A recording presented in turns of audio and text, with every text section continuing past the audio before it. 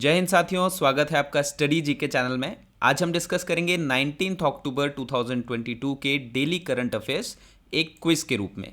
यहाँ पर question answers दोनों लैंग्वेजेस इंग्लिश और हिंदी दोनों में होंगे, और जैसा कि हमारे कॉम्पिटिटिव एग्जाम्स में आते हैं, और डेली करंट अफेयर्स जो है वो सारे कॉम्पिटिटिव एग्जाम्स के लिए बहुत ही इंपॉर्टेंट होते हैं, तो वीडियो को एंड तक ज़रूर देखिए। और आप हमारा टेलीग्राम चैनल ज़रूर ज्वाइन कर लीजिए, लिंक भी आपको डिस्क्रिप्शन बॉक्स में भी मिल जाएगा। यहाँ पर सारे वीडियोस के क्वेश्चन आंसर्स पीडीएफ फॉर्मेट में रेगुलरली अपलोड होते हैं, जिन्हें आप फ्री में डाउनलोड करके भी पढ़ सकते हैं। तो स्टार्ट करते हैं आज के क्वेश्चन ऑफ द डे से। Who propose the preamble before the drafting committee of the constitution? संविधान की प्रारूप समिति के समक्ष प्रस्तावना का प्रस्ताव किसने रखा था?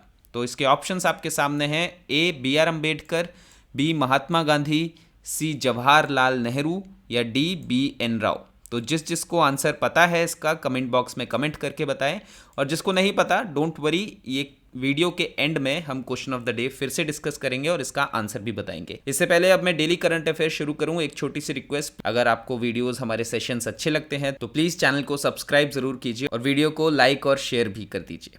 तो चलिए स्टार्ट करते हैं 18 अक्टूबर 2022 के पहले क्वेश्चन से। वेरी वेरी इंपॉर्टेंट क्वेश्चन, आने वाले टाइम में कॉम्पिटिटिव एग्जाम्स में ये बिल्कुल पूछा जाएगा। Who has won the Britain's Booker prize 2022 for fiction? Fiction के लिए ब्रिटेन का बुकर पुरस्कार 2022 किसने जीता है?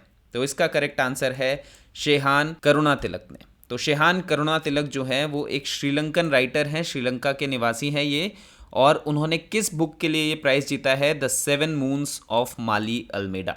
ठीक है, ये याद रखने वाली बात है। बुक का नाम है the seven moons of Maali Almeida, और ये सिर्फ दूसरे श्रीलंकन हैं जिन्होंने बुकर प्राइज़ जीता है ब्रिटेन का इस कैटेगरी में। और पहले कौन थे? माइकल ओंडाजे थे, जो कि श्रीलंका के निवासी थे। उन्होंने 1992 में ये प्राइज़ जीता था। किस बुक के लिए? द इंग्लिश पेशेंट के लिए। तो याद रखने वाली बात, शेहान करुणातिलक ने जीता है बुकर प्राइज़ 2022 फिक्शन कैटेगरी में। ठीक है, और कमेंट करके बताइए कि इंडिया की तरफ से किस राइटर ने बुकर प्राइज जीता हुआ है और उनकी बुक का नाम क्या है। तो अब चलते क्वेश्चन नंबर 2 पर। Which country is hosting the 90th general assembly of Interpol? Interpol की 90वीं महासभा की मेजबानी कौन सा देश कर रहा है? तो इसका करेक्ट आंसर है इंडिया। जी हाँ, भारत कर रहा है। अब इंटरपोल के बारे में जान लेते हैं। इंटरपोल का फुल फॉर्म सबसे पहले क्या है? International criminal police organisation. और ये जो 90वीं जनरल असेंबली है इंटरपोल की, ये कहाँ पर होगी? नई दिल्ली में हो रही है। 18 अक्टूबर को ये शुरू हो चुकी है, 21 अक्टूबर 2022 तक ये 90वीं जनरल असेंबली चलेगी। और इस साल जो जनरल असेंबली है वो सबसे लार्जेस्ट बॉडी है इंटरपोल की अभी तक, 195 मेंबर्स के साथ। पिछले साल जहाँ तक मुझे याद है 190 मेंबर्स थे, अब 195 मेंबर हैं। और ये 25 साल बाद ऐसा हो रहा है कि ये वाली जो जनरल असेंबली है इंटरपोल की वो भारत में हो रही है। पिछली जनरल असेंबली कहाँ पर हुई थी? 1997 में। हेडक्वार्टर कहाँ पर है इंटरपोल का? वेरी इंपॉर्टेंट स्टैटिक जीके का क्वेश्चन, लियोन फ्रांस में है। ठीक है, तो अब चलते हैं क्वेश्चन नंबर 3 पर। Who has become the first Indian woman to finish the 100-meter hurdles in less than 13 seconds? Very important sports GK का क्वेश्चन बनेगा, आगे चल के स्टैटिक में आएगा ये, बिकॉज फर्स्ट इंडियन वुमेन बनी है जिन्होंने 13 सेकंड से कम में एक हर्डल रेस जीती है। वो कौन है? तो क्वेश्चन रिपीट कर देता हूँ। 13 सेकंड से भी कम समय में 100 मीटर बाधा दौड़ पूरी करने वाली पहली भारतीय महिला कौन बनी है? तो इसका करेक्ट आंसर है ज्योति यारा जी। तो ज्योति यारा जी ने 12.82 सेकेंड, मतलब 12.82 सेकेंड्स में नेशनल ओपन एथलेटिक्स चैंपियनशिप जो कि बैंगलोर में हो रही है, ये 100 मीटर की हर्डल रेस पूरी की, और इन्होंने वर्ल्ड रिकॉर्ड बना दिया फर्स्ट इंडियन वुमेन बनने का जिन्होंने 13 सेकेंड से कम में 100 मीटर बाधा दौड़ पूरी की हो। और ये रेलवेज को रिप्रेजेंट करती हैं वैसे, और कहाँ की रहने वाली हैं? आंध्र प्रदेश की। फिलहाल इनकी एज 23 ईयर्स है। ठीक है, अब चलते क्वेश्चन नंबर 4 पर। Who has won the sir Syed excellence award 2022? Again awards की कैटेगरी में एक और question, important question. Sir Syed उत्कृष्टता पुरस्कार 2022 किसने जीता है? ऑप्शंस आपके सामने हैं, और इसका करेक्ट आंसर है बारबरा मेटकॉफ। तो बारबरा मेटकॉफ जो है ये एक अमेरिकन हिस्टोरियन है, और ये प्रोफेसर बारबरा मेटकॉफ हैं, और इन्हें सर सैयद एक्सीलेंस अवार्ड 2022 दिया गया है। किसके द्वारा? अलीगढ़ मुस्लिम यूनिवर्सिटी के द्वारा। 205वीं बर्थ एनिवर्सरी है ये सर सैयद अहमद खान की, और इस मौके पर बारबरा मेटकॉफ को ये एक्सीलेंस पुरस्कार दिया गया है। तो प्रोफेसर मेटकॉफ को क्यों दिया गया है ये सर सैयद एक्सीलेंस अवार्ड? इन्होंने काफ़ी कुछ लिखा है history of Muslim population of India and Pakistan के बारे में। ठीक है, अब चलते हैं क्वेश्चन नंबर 5 पर। Recently who has been elected as Sweden's prime minister? हाल ही में स्वीडन के प्रधानमंत्री के रूप में किसे चुना गया है? तो इसका करेक्ट आंसर है उल्फ क्रिस्टर्सन को। ठीक है, और इनकी पार्टी का नाम है मॉडरेट पार्टी, और हाल ही में इन्हें प्राइम मिनिस्टर चुना गया है। एक कोएलिशन गवर्नमेंट रन करेंगे ये।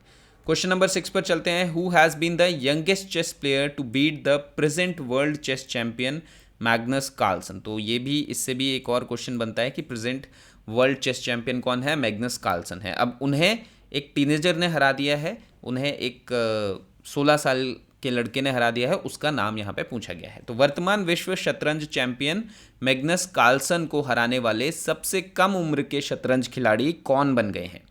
तो इसका आंसर है दोनारुन्ना गुकेश, जो कि भारत के ही रहने वाले हैं, और इन्होंने जो प्रेजेंटली अभी एक Aimchess rapid online tournament चल रहा है, वहाँ पर इन्होंने मैग्नस कार्लसन को हरा दिया है। और गुकेश से पहले इंडिया के ही प्रज्ञानानंद थे, जो कि 16 साल 6 महीने और 10 दिन के थे जब उन्होंने वर्ल्ड नंबर 1 को हराया, और गुकेश ने 16 साल 4 महीने और 20 दिन की उम्र में वर्ल्ड नंबर 1 को हराया और ये रिकॉर्ड अपने नाम कर लिया।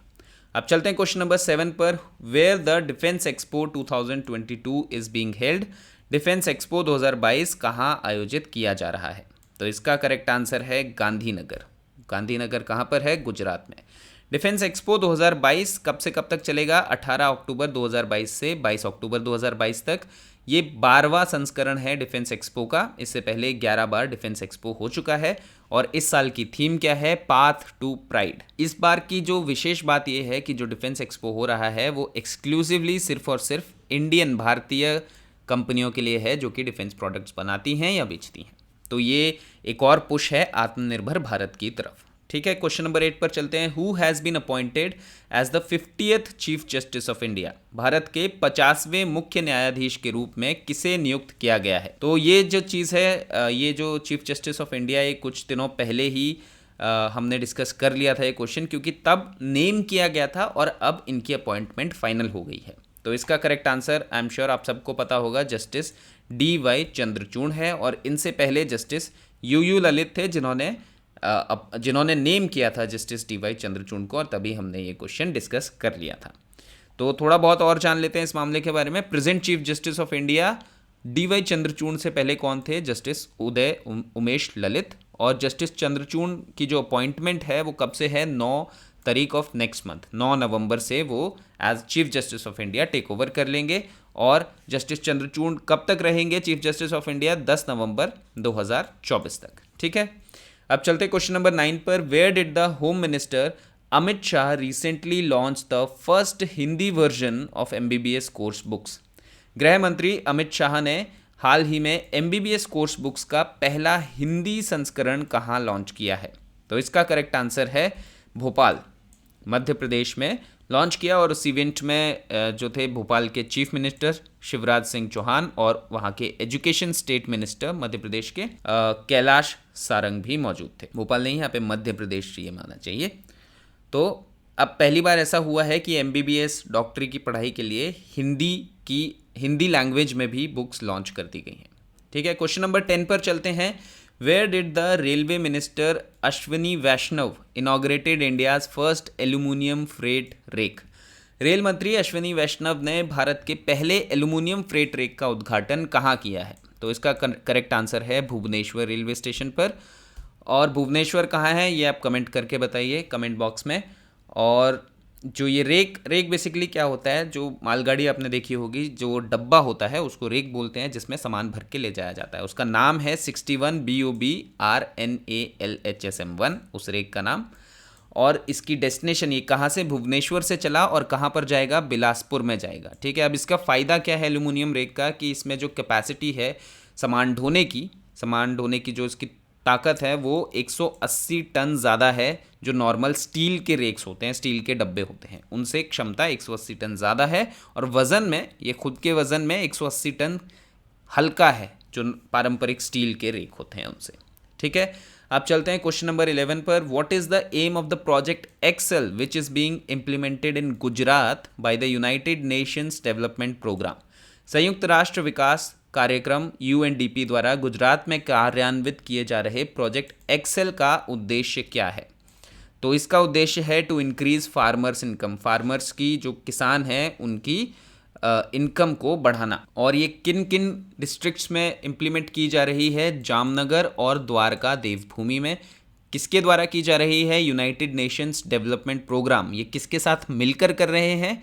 एक ग्रेन कॉमर्स प्लेटफॉर्म है जिसका नाम है arya.ag और एक ऑर्गेनाइजेशन है friends of women's world banking India, that is FWWB India. इन दोनों के साथ कोलैबोरेशन करके मिलकर UNDP, United Nation Development programme, ये स्कीम को इम्प्लीमेंट कर रहा है। किन डिस्ट्रिक्ट्स में? जामनगर और द्वारका देवभूमि ऑफ गुजरात। ठीक है, इसका एम क्या है कि 10,000 जो किसान हैं, किसान के परिवार हैं, उनकी आय में वृद्धि करना चाहते हैं ये लोग। कैसे करेंगे? By the promotion of small business, छोटे उद्योगों को बढ़ावा देकर, और एग्री वैल्यू चेन में उनकी स्किल्स को बढ़ाकर ये उनके इनकम को बढ़ाना चाहते हैं। ठीक है, अब चलते हैं क्वेश्चन नंबर 12 पर। Who has written the book pandemic disruptions and Odisha's lessons in governance, recently launched by Odisha CM Naveen Patnaik? तो यहाँ पर जो क्वेश्चन में ही मैं अगर सीएम आता है या कोई भी मिनिस्टर का नाम आता है तो वो भी मैं लिख देता हूँ, जिससे कि हमारा साथ साथ में रिवीजन भी होता रहे कि किसी स्टेट का सीएम या कोई मिनिस्टर, इंपॉर्टेंट मिनिस्ट्री किसके पास है। ठीक है, हाल ही में उड़ीसा के सीएम नवीन पटनायक द्वारा लॉन्च की गई पुस्तक pandemic disruptions and Odisha's lessons in governance किसने लिखी है? तो ऑप्शंस इधर हैं आपके सामने और इसका करेक्ट आंसर है डॉक्टर अमर पटनायक। ये मेंबर ऑफ पार्लियामेंट हैं राज्यसभा के और इन्होंने ये बुक लिखी है। बेसिकली इस बुक में जो भी कोविड काल के दौरान उड़ीसा ने फेस किया, गवर्नेंस इश्यूज जो आए, उनके बारे में लिखा गया है। ठीक है, क्वेश्चन नंबर 13 पर चलते हैं। When the world trauma day is celebrated, विश्व आघात दिवस कब मनाया जाता है? तो इसका करेक्ट आंसर है 17 अक्टूबर। ठीक है, तो ये तो हो गए 19 नवंबर 2022 के डेली करंट अफेयर्स के क्वेश्चन। अब वापस आते हैं क्वेश्चन ऑफ द डे पर, जो हमने वीडियो के शुरुआत में पूछा था आप लोगों से। जिसको आंसर पता है अभी भी कमेंट बॉक्स में कमेंट करके बताएं। जिसने कमेंट नहीं किया और जिसको नहीं पता, हम जस्ट अभी डिस्कस करेंगे। Who propose the preamble before the drafting committee of the constitution, संविधान की प्रारूप समिति के समक्ष प्रस्तावना का प्रस्ताव किसने रखा था? अब ये इंडियन पॉलिटी का क्वेश्चन है और इम्पॉर्टेंट क्वेश्चन है। इंडियन पॉलिटी बहुत सारे एग्जाम्स में आती है, तो इसका करेक्ट आंसर है जवाहरलाल नेहरू। ठीक है, तो ये याद रखने वाली बात है। तो दोस्तों आज की वीडियो में इतना ही। अगर आपको वीडियो पसंद आई तो हमारे चैनल को सब्सक्राइब कर दीजिए, बेल आइकन प्रेस कर दीजिए, जिससे कि आप कोई भी नोटिफिकेशन मिस ना करें। वीडियो अच्छी लगी हो, सेशन अच्छा लगा हो, इन्फॉर्मेटिव लगा हो तो लाइक और शेयर ज़रूर कर दीजिए, जिससे कि हमारी ये वीडियोस ज़्यादा से ज़्यादा लोगों तक पहुंच सके। चैनल को प्लीज़ सब्सक्राइब ज़रूर कर लीजिए अगर आपको इससे कुछ भी वैल्यू मिली हो, और हमारे टेलीग्राम चैनल को ज्वाइन कर लीजिए, बिकॉज वहाँ पर हर वीडियो की PDF ज़रूर अपलोड होती है ऑन अ रेगुलर बेसिस।